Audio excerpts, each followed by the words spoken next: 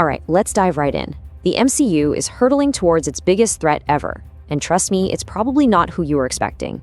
Today, we're breaking down everything we know about the film that's set to completely redefine the multiverse, Avengers Doomsday.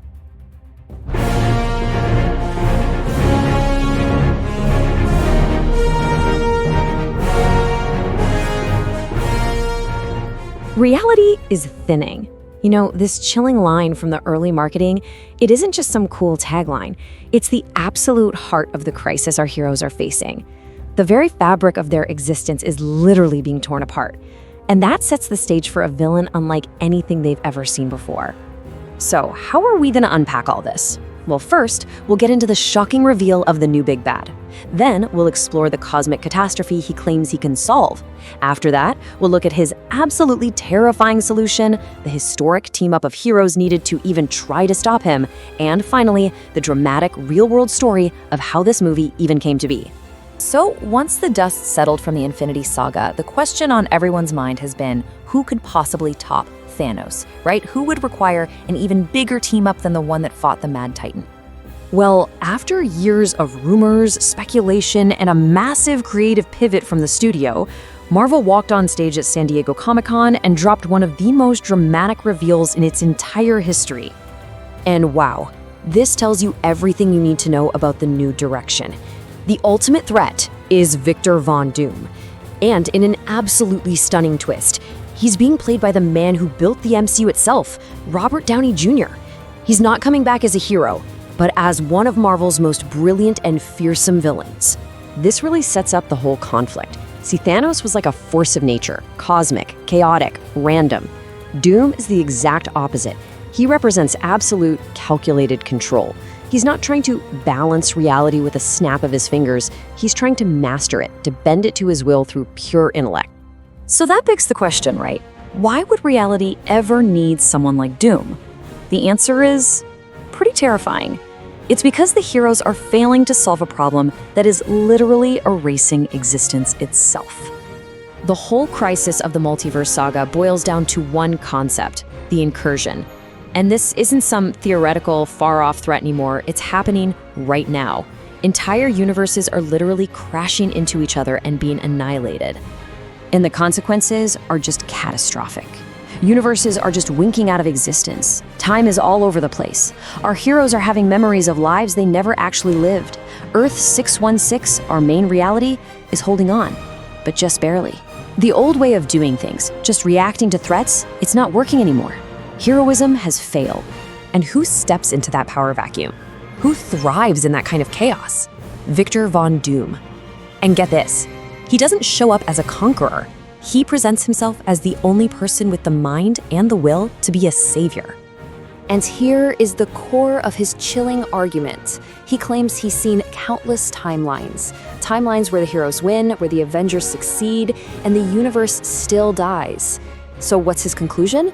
That choice, freedom, the very idea of heroism we've been cheering for, that's the flaw. That's what's causing the collapse. His plan is brutally logical. First, he shows everyone he can do what the Avengers can't. He actually stops the incursions. He stabilizes reality. People start to see him as the answer. And then, once he has the world on his side, he enacts his final solution. He forges a brand new single universe from the wreckage of the multiverse, all of it governed by his absolute rule. And this is what makes Doom's goals so much bigger than anything we've ever seen. He's not just trying to take over the existing worlds, no. He's creating an entirely new one from scratch. A world where chaos and the free will that he believes causes it simply can't exist anymore. But of course, you can't try to erase free will from the entire multiverse without a fight.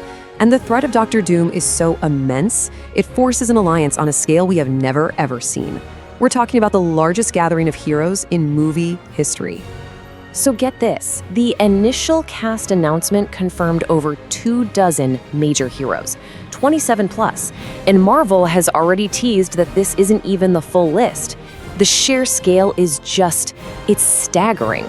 And what we know is that these heroes are forming 5 key factions to stand against Doom.